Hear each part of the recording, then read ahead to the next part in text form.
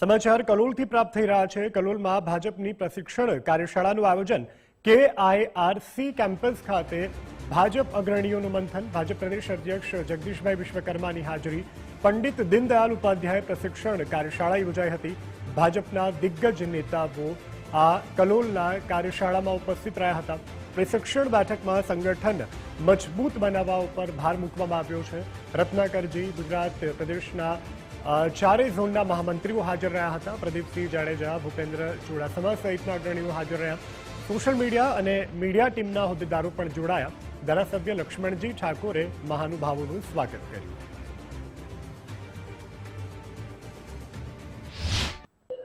ગુજરાતના બધા જ મંડળોના પ્રશિક્ષણ વર્ગ થઈ ગયા, જેમાં અલગ અલગ વિષયો ઉપર એક રાત્રિ અને 2 દિવસના રોકાણ દરમિયાન ભારતીય જનતા પાર્ટીના ઇતિહાસ વિકાસથી શરૂ કરીને અનેક જુદા જુદા મુદ્દાઓ પર ચર્ચા સત્રો યોજાયા।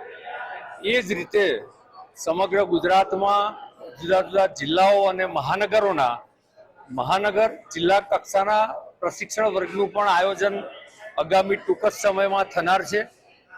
તેના સંદર્ભમાં પ્રદેશના સિનિયર વક્તાઓને પ્રશિક્ષિત કરવા માટેના આજે વર્ગનું આયોજન છે।